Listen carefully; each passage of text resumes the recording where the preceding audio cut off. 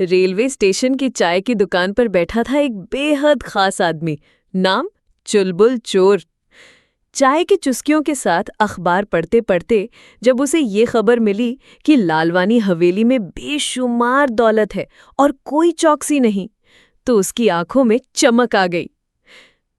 उसने ठान लिया, ये होगी उसकी जिंदगी की सबसे बड़ी चोरी। अपने कमरे में चुलबुल ने रिहर्सल शुरू की। नकली दाढ़ी, सस्ती टॉर्च और सीआईडी लिखा टी-शर्ट। हाथ ऊपर करो, ये डकैती नहीं, कला है।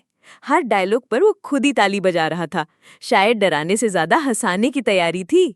अंधेरी रात में चुलबुल फुर्ती से दीवार भांजता है और धड़ाम से नीचे गिर जाता है। अलार्म तो बज गया, लेकिन दादू ने कानों में रुई डाल रखी थी और गुड्डी देख रही थी सस्पेंस सीरियल। चुलबुल जैसे तैसे अंदर घुसा, लेकिन आईने में अपनी ही परछाई देखकर खुद ही चिल्ला पड़ा, पकड़ो चोर। किस्मत देखिए, हवेली के तहखाने की जगह वो फंस गया स्टोर रूम में। चारों तरफ जाले, फटे पुराने डिब्बे और मच्छरों की फौज।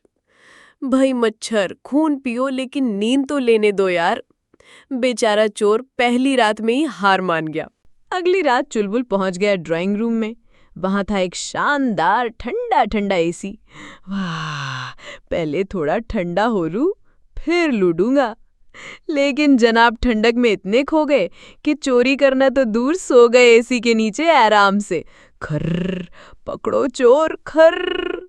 सुबह गुड्डी ने उसे सोते पकड़ा। लेकिन उसे लगा कोई कलाकार एक्टिंग कर रहा है।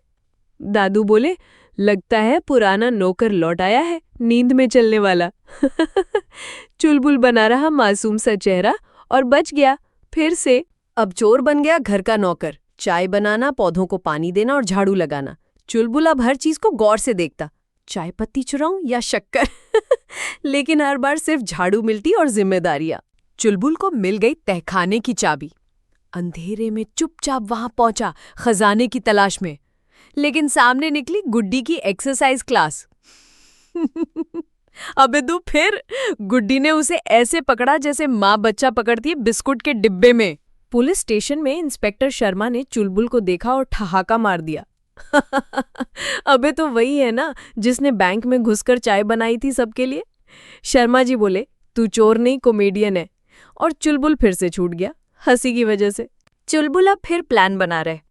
इस बार म्यूजियम, सोने की मूर्तियां। पर साहब गलती से वॉशरूम में घुस गए और वहां आईने में खुद को देखकर फिर से बेहोश।